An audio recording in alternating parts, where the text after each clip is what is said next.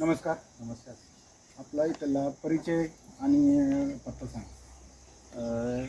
गणेश कैलास हिरे, गाव मनूर, तालुका वैजापूर, जिल्हा छत्रपती संभाजी.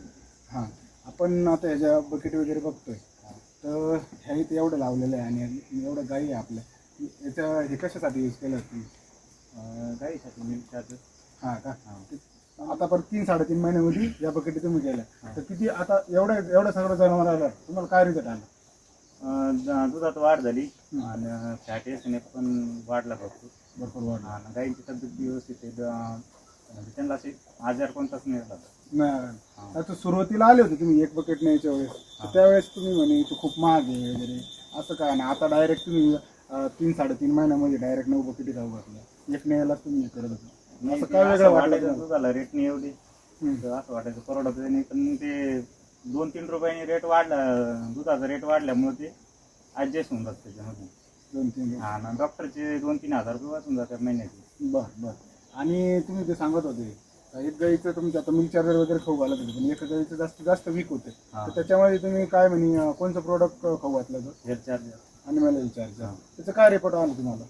ती चारा व्यवस्थित खायला लागली आणि ती ना सतत वागोळ करत असताना फेस जास्त शासवत, गव्हाणीमध्ये फेस जास्त साधायचा, तो बंद झाला आता. तो बंद झाला. अजून काय वाटतं तुम्हाला त्याचं? आणि थोडी तब्येत पण सुधारू राहील तिची. सुधारली ॲनिमल हेल्थ चार्जर. म्हणजे मिल्क चार्जर आणि ॲनिमल हेल्थ चार्जर तुम्ही दोन्ही एकत्र दिलं? आता 1.5 वर्ष झालं. जमीन तर ती विटवर पण येत नव्हती 1.5 वर्षापासून. हो का? हां, तर आता विटवर आली, ती भरून घेतलेली. ती आता 1 महिना झाला तिला भरून.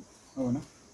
आता ज्या गाई, आता तुम्ही आता इथे बघतो आपण प्रत्येक गाईचं खाणं वगैरे सगळं आपल्याला दिसतं, काही गव्हाणीमध्ये काही येत नाही. याच्या मागं तुम्ही आता 3.5 महिन्यापासून वापरता, त्याच्या मागचं आणि याच्यामध्ये काय बदल होतं? तेव्हा आहे ना, थोडी कुट्टी रोज फेकून द्यावं लागायची, तोच राहायची तिचं पडलं. आता थोडं पण फेक नाही ती. ठेवीत नाही. म्हणजे पूर्ण आहार ते सकाळी साफ करून घ्यायला. आणि अजून एक शेणखतामध्ये तुम्ही काही बोलत होते वाटतं, काय अनुभव? हां, ते शेणखत पूर्ण गांडूळ खतच तयार झाली. गांडूळ खत तयार झालं, म्हणजे डायजेशन त्यांचं चांगलं होतं. चांगलं होतं. आणि पूर्वीचं काही शेणखत कसं होतं? ते पूर्वी शेणखत ते पूर्ण असं कडक धपल्याने निघायचे खालून पूर्ण. हां, शेणखत आता पूर्ण नरम भुगा झाला त्याला. हां. 2-3 दिवसातच भुगा व्हायला लागते. बरं.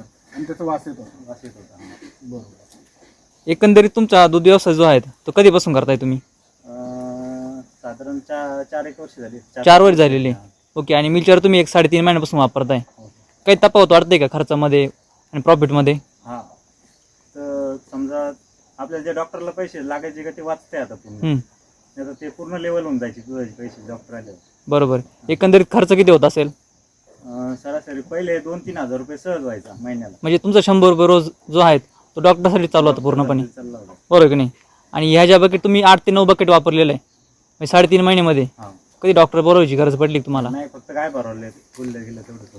मग तुमचे तेवढे जे काही वार्षिक जे 40-50 हजार रुपये जे आहेत ते पूर्णपणे वाचले गेले, बरोबर आहे? तुम्ही जे मागं शेणखत दाखवत होते, जे गांडूळ खत तयार झाले पूर्णपणे, त्याच्यामध्ये कुठल्याही प्रकारचा वास वगैरे येत नाही.